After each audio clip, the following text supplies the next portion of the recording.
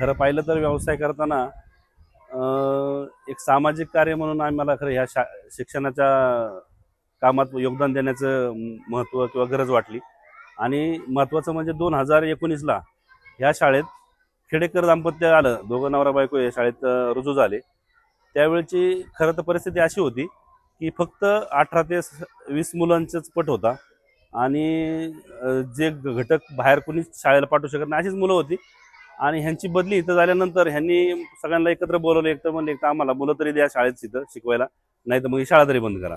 म्हणजे अशा तत्वाने त्यांनी भूमिका घेतल्यानंतर आणि एक योगायोगाने आम्हाला एक दिवशी बोलवलं, तर अक्षरशः आम्हाला बसायला पण वर्ग तर नाही, खुर्ची पण नव्हती, अशी परिस्थिती। मग थोडंसं आम्हालाही वाटलं आपण समाजात त्या 4 ठिकाणी व्यवसाय करतो, उद्योग व्यवसाय उभा करतो, 4 सामाजिक संस्थांना मदत करतो, तर आपण हे आपलं थोडं योगदान या शाळेसाठी द्यावं। मग त्या भूमिकेतनं आणि ह्या नवरा बायकोच्या मेहनतीनं, अपार मेहनतीनं खरं तर आज ही 20 पटाची शाळा 160 पटावर येऊन पोचली आणि खूप सुंदर रूप इथं उभं राहिलं, तुम्ही पाहिलं असेल। इथं अक्षरशः 2019ला मुलांना बसायला पण वर्ग नव्हते, ना बेंच नव्हत्या, ना त्यांना पुढं बोर्ड नव्हते, भौतिक सुविधेचा खूपच अभाव होता। आणि असं वाटत होतं की जर ते 1 वर्ष 2 वर्ष जर ते काम नसतं केलं तर शाळा बंदही पडली असती।